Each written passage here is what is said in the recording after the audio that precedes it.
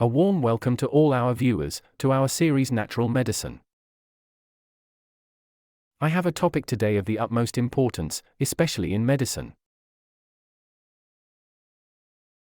Today we are talking about a certain kind of serenity, even when you are confronted with a diagnosis. Just analyzing everything calmly, looking at the situation and thinking about it, where am I heading? Who am I taking with me? Or do I have to go all out immediately and get started right away? I always have the feeling that we are being pushed into something without really thinking about what the personal, individual way should be. A certain degree of serenity seems to be extremely important here. I would like to talk about this point of serenity with a doctor who sets an example with all her patients in her clinic. I'm talking about our doctor, the visit doctor, who honors me again today. I would like to take you on a journey. Stay tuned.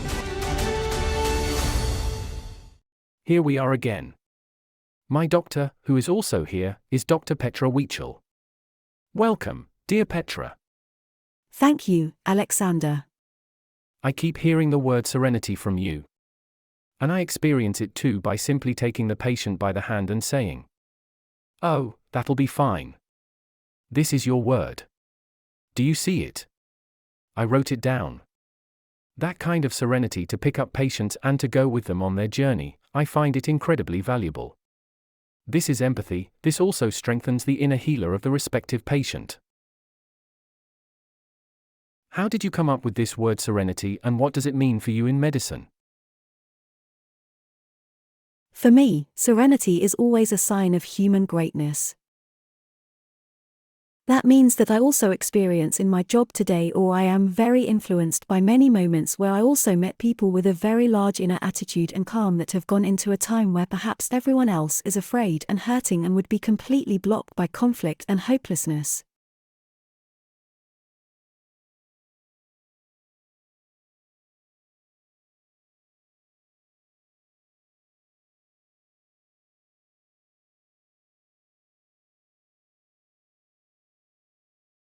And this form of serenity is always I am at home in myself. I am in great contentment in my life. And here I mean people who, with the things in life, which can change every day, but who also give life the chance that life has this change in store for them.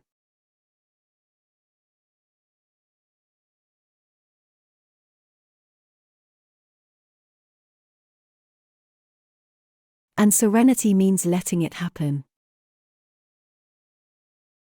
It is very often said in tumor patients, "Now fight and have a tense attitude." That's not necessary at all in my terms. Or immediately do chemo and immediately radiotherapy. That anyway. Cancer isn't an emergency. It took at least 10 years. There is so much time first to get clear about questions. What happened to me here?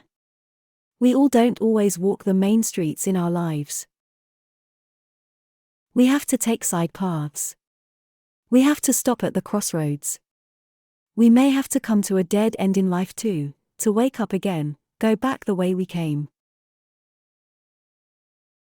But in the end it's really only one thing.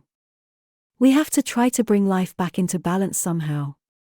And people I meet in life who have this calm, they also radiate a home to the other.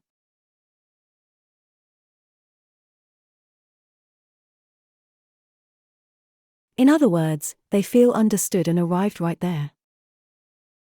Because speed and nervousness and superficiality, that has no more depth. That's really just the tip of the iceberg. For example, I learned that whoever sits across from you is the most important. And there can be 15 out there stomping their hooves, creating pressure and stress. That's not important at the moment. But the next one is important. And sometimes the time may not be needed at the moment. And you can have such conversations whether they are long or short. It is always the human feeling. whether it was a long conversation or a short conversation. But it's always the content that counts. And recently a very dear patient wrote to me that she was there. And of course you forget too. You also forget what they said. But what you don't forget is the feeling they triggered. And that, of course, opens doors. And I've always admired people in my life who I also met as colleagues, with a very great deliberation and depth, and who at the same time have allowed everything in life.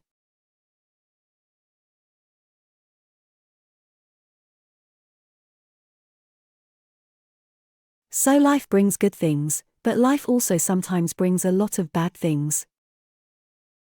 But just accept life as it is and face life with a certain responsibility, but also with a will that things will move in the right direction again if I tackle them now and don't believe I have to fight them.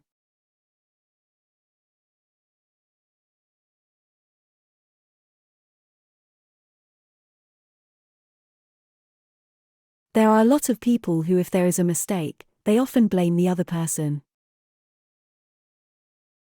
So the first thing I can always advise everyone is to stop thinking about what other people have to say about it, but to look for it in yourself first.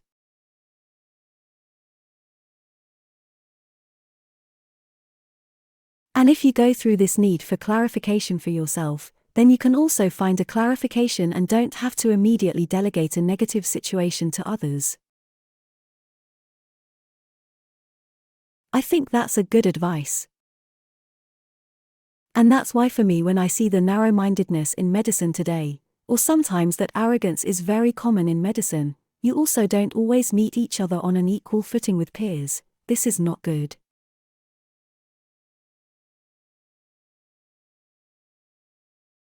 That's just not good. And a person who has a small perspective, who has a small view of the world, who only sees things from this perspective and who then does not open themselves to the other and also negates and negatively evaluates it, it is not open.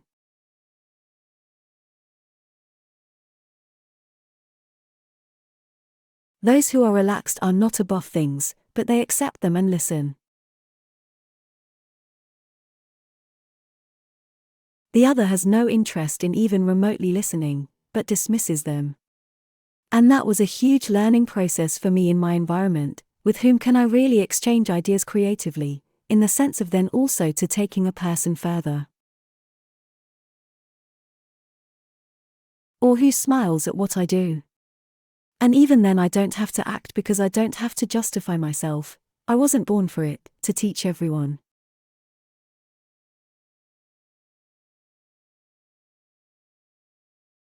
That has to be based on a good relationship. That is the great art in medicine, but actually not only in medicine, it's actually like that in all of life. You said a nice sentence, the person vis-a-vis is now in my focus and is the most important person. I sometimes catch myself that in this topic, in conversation, I have 100,000 other things on my mind that I still have to do. And then I'm actually not in this serenity, and also maybe in a certain way disrespectful in the end, that I don't do always.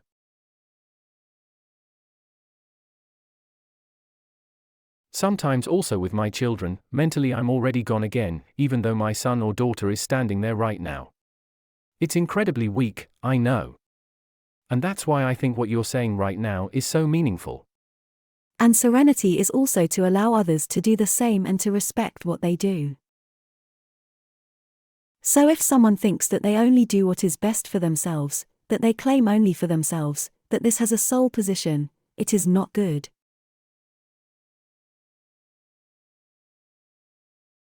So I find everyone can have the right and also needs my recognition for what they achieve and what they do.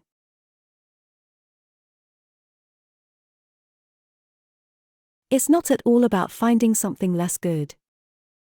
The important thing is that we talk to each other. Medicine in this area has become so small. The worldview is so small, and that means that we remain somewhere in a chronic state of rigidity at the moment, which worries me. But I remember, years ago, having read an anecdote or something. There were students who were in training, and of course they were all supposed to be managers later on. And then they were given the task in the lecture hall, among other things, among many others: what is the name of the woman who cleans the lecture hall every day? And a student said, if we don't know this, does that have a big impact on the overall grade?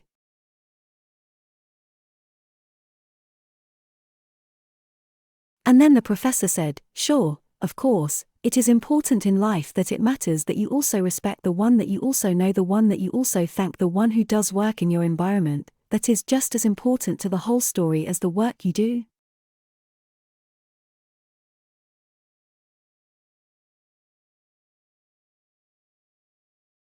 I found that very nice.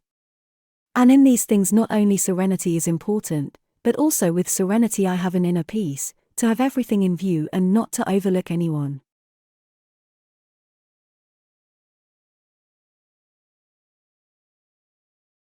In my opinion, it is also a maturing process, getting that serenity.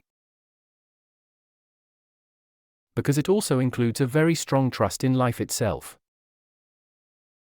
Yes, and that's the nice thing. A lot of people worry a little bit as they get older. I think the gift of getting older is to live these things more and more, like climbing a mountain. And you are up there and everything is now becoming so clear in a much larger dimension, and the small things become so insignificant. What was meant in the past, why do we have to value so much? Why do you have to overrate 100,000 things? They aren't even there the next day. I always like to go into reflections of the last day. And if something really happened, then I don't want to just forget that. I want to go through it again and think, how crazy was that now? Why did you react like that? And that happens from time to time, and then of course it disappears afterwards, because you have to do it again somehow. It's the processes that made you what you are today. It's not all in my cradle, but I think it's nice when I meet people like that, who think like this and who act like that. Something that always confronts me is when people come up to me and say, "Hey Alexander, you turn pretty grey." And then I always say an answer and most people don't understand it. I'm proud of every grey hair I have. I deserve it. And I mean with that, life has shown us all many things, but in the end it was always the things that initially looked bad that were the most important things that have brought us forward in life.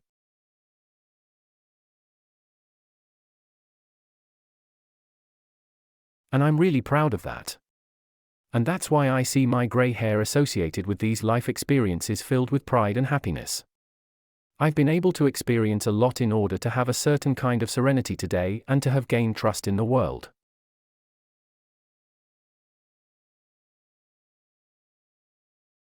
That's why it's the process of getting older. Yes, and if people have such concerns in this phase, then they always have things somewhere that I think they're expecting.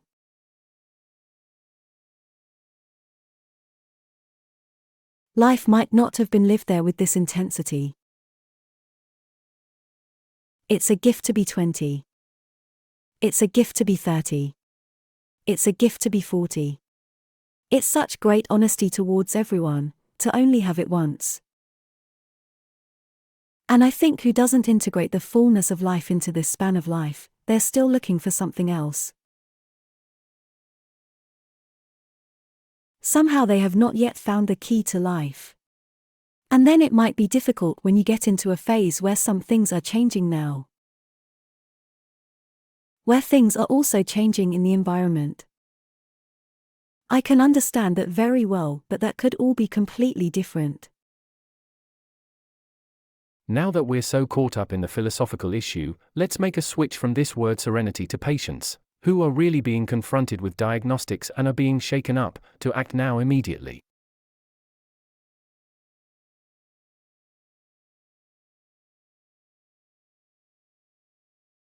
I would like to hear a few more sentences from you.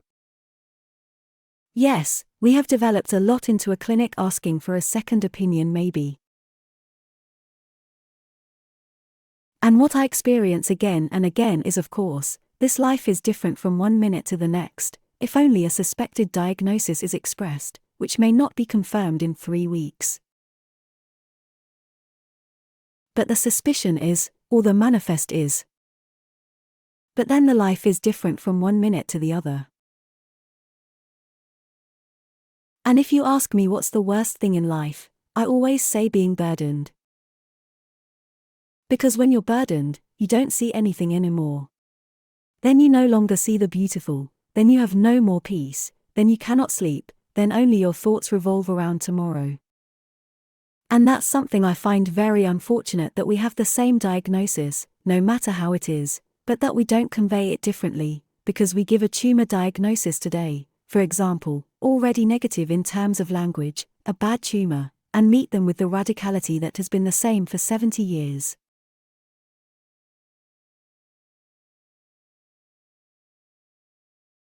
We do not even admit that the body itself came into a large, great emergency process and thus of course could not prevent what it tried millions of times, to prevent tumor development.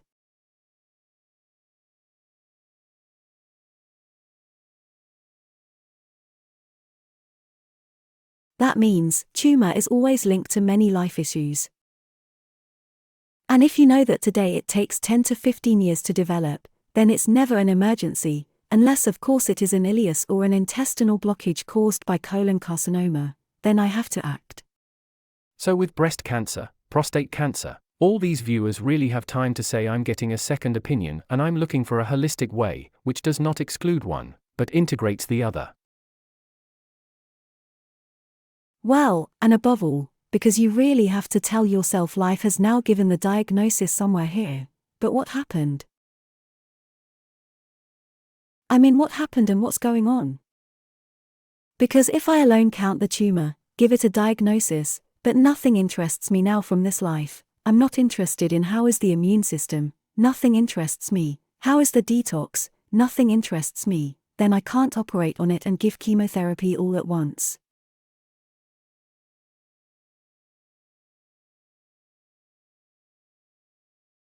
Because this person is on their knees, this person will lose the last bit now. That means if there's a way for me, then I have to know a lot beforehand. Which way do I want to choose? Because life wants help, life also wants to survive, and life wants to go on living.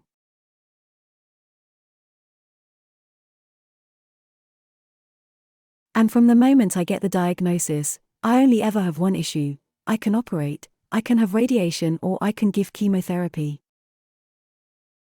And that's this algorithm that we're running, that's what it's called, so it needs that. And I think that we are already much, much further, and the incredible people who show courage, who say thank you very much that we know that now, but now I have to clarify my questions and find answers, what happened to me here and what answer does life have in store for me, and I have to look deeper.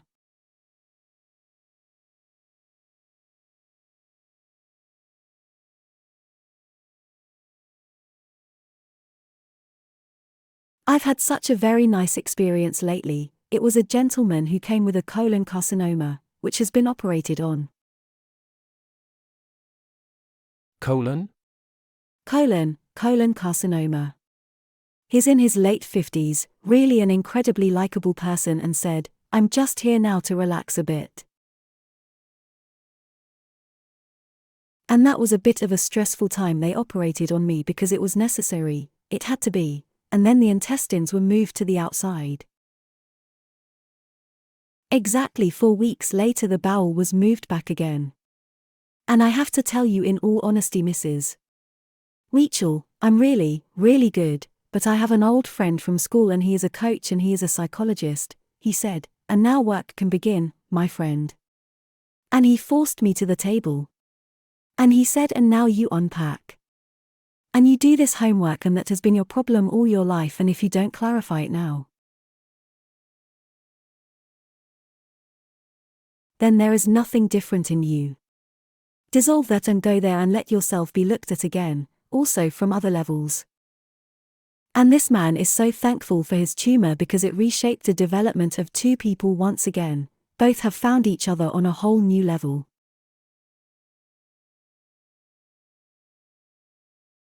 And he worked so hard on himself, understood so much about himself, that was such a deep journey to himself, and we could still give him something valuable, because on a healthy mucous membrane it is unfortunately not possible that something like this can grow. So what had happened?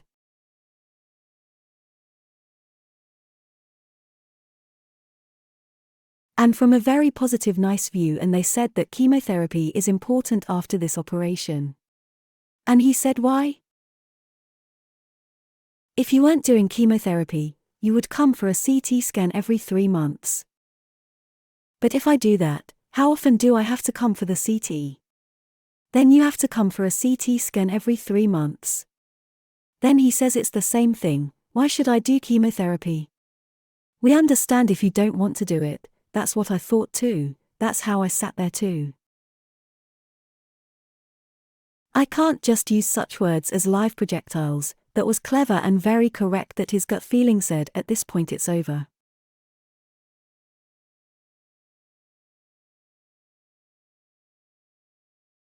Now I need to know what happened to me. And there he is on a big way and on a big journey, and completely deeply relaxed and also completely grateful that this happened, because it woke him up that he has to do something, and from a very positive and beautiful point of view. And you used the word of the inner healer today, so confident in himself that he has neglected himself and things a lot somehow, even if unconsciously, and today he understands why they could arise. It's nice, isn't it? It's super nice. And if an oncologist says we can't help anymore after a chemotherapy, you only have 3 months to live, then I have to say again and again, to put people in this fear, that is often not even 3 months. But those who say you are not God, I alone am the one responsible for what I do, and I'm really asking for help now, because this is about big things. They have such a human greatness to clear things up.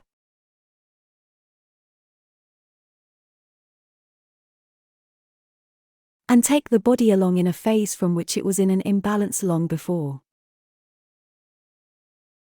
If we always notice tumor, then it would be easy for us. We don't feel it, and yet there are hardly any tumor patients who still have a strong stress hormone metabolism. There are hardly any tumor patients who have an even immune balance, and so on. But we still don't care about all that today. We make the diagnosis and we start therapeutically, and that is just not good. And the fear is still there, and in the beginning there's so much in my hands to do the right thing and to really clarify and say things with great calm and responsibility. What is my share of doing something now?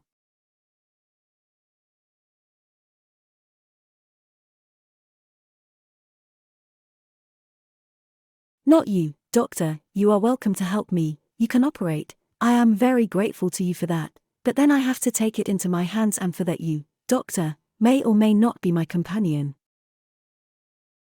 You said that so beautifully, but I'll dig in again because it's so important. As a patient, you have to have a certain kind of serenity when receiving a diagnosis. You just have to be aware there is a result being shown, but behind that result is a huge wealth of causes. And now comes the big problem. But if now so much fear is caused by the diagnosis, then it's easy to get that patient out of their serenity comfort zone. And I don't think that's nice.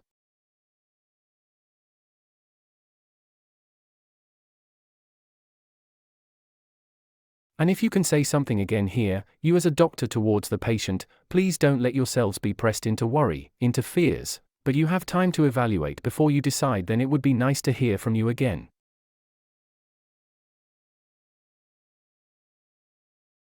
Yes, I would like to do that. I also know that doctors also have a very high level of acceptance. So, what a doctor says, it is very often the sanctuary. And that's why it's not so easy for many people to question something out of their mouths, especially if it's very dangerous, very necessary, quick action. But at this point I think it is very important, because that can set the course for the future, that at this moment you don't let yourself break out of this inner peace and be completely thrown off balance by fear, because fear is always the worst advisor, because when fear plays a role, you very quickly say yes to everything.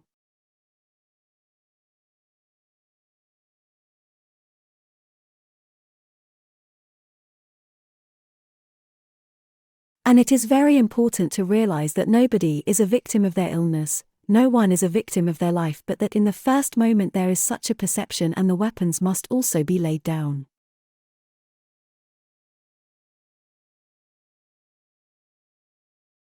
You have nothing to fight but to look with respect and attention, how to help the body, to help in the context of this disease that has grown in it.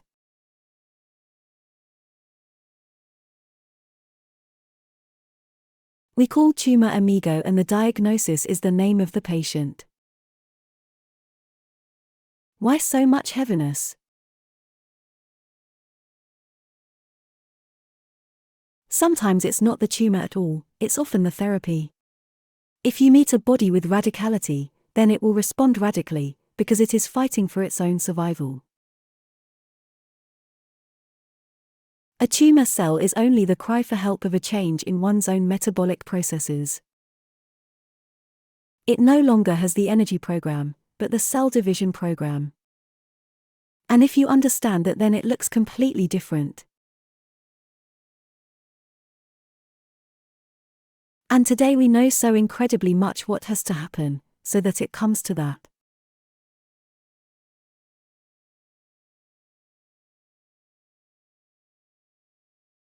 I am allowed to meet so many great people and also more and more people. They say, look, that's what it looks like, and now they want to do this, and can give advice, can only give advice to understand things first. And when I see what they know about themselves, it's pretty little. They don't really know anything and should then go into chemotherapy. And as a patient today or as an affected person, I think you have to radiate a lot more calm and say, that's the way it is now and we can't sugarcoat it, but now it's about me, and for that I need an argument from people who know what might still have to be done.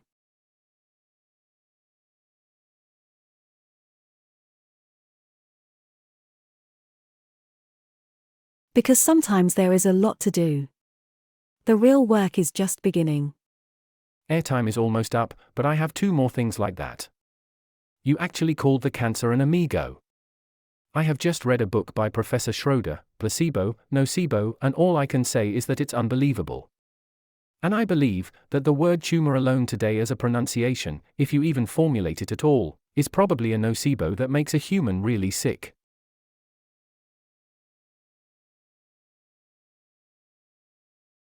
And the other thing is, I had a lady here recently, she was at a mammogram. Then something was seen and 2 days later she already had an operation appointment on the table. With a lot of fear. She called me and said, what should I do? I said, I can't say anything, I don't know anything. But if it were my wife, I would always want to hear a diagnostic second choice with a doctor I trust before I would agree to an operation. And so I conveyed that to you again, because I thought it was simply important to consult trusted doctors. But that was right. I mean, I can't judge, I'm not a doctor, but having an appointment for surgery within 2 days, the woman was completely drained. Yes. There are more and more people. There are also very nice and really wonderful gynecologists and oncologists, there's no question about it, but you can't expect, and you don't have the time, to explain to a human now. It's just, the fact is shared, the program, the guideline is signaled, and there really is never an emergency. Great, Serenity, Serenity, Serenity. Thank you very much, dear Petra. That was our visit doctor for you, Mrs. Dr. Petra Wiechel from the Swiss Mountain Clinic, dear viewers. And I find the word serenity simply incredibly important, especially in medicine, in diagnostics. And if you are somehow confronted with such information, please, please, please listen what the doctor told us today. Take your time evaluating what your path, your holistic path is, that you want to walk. Nobody tells you that, only yourself.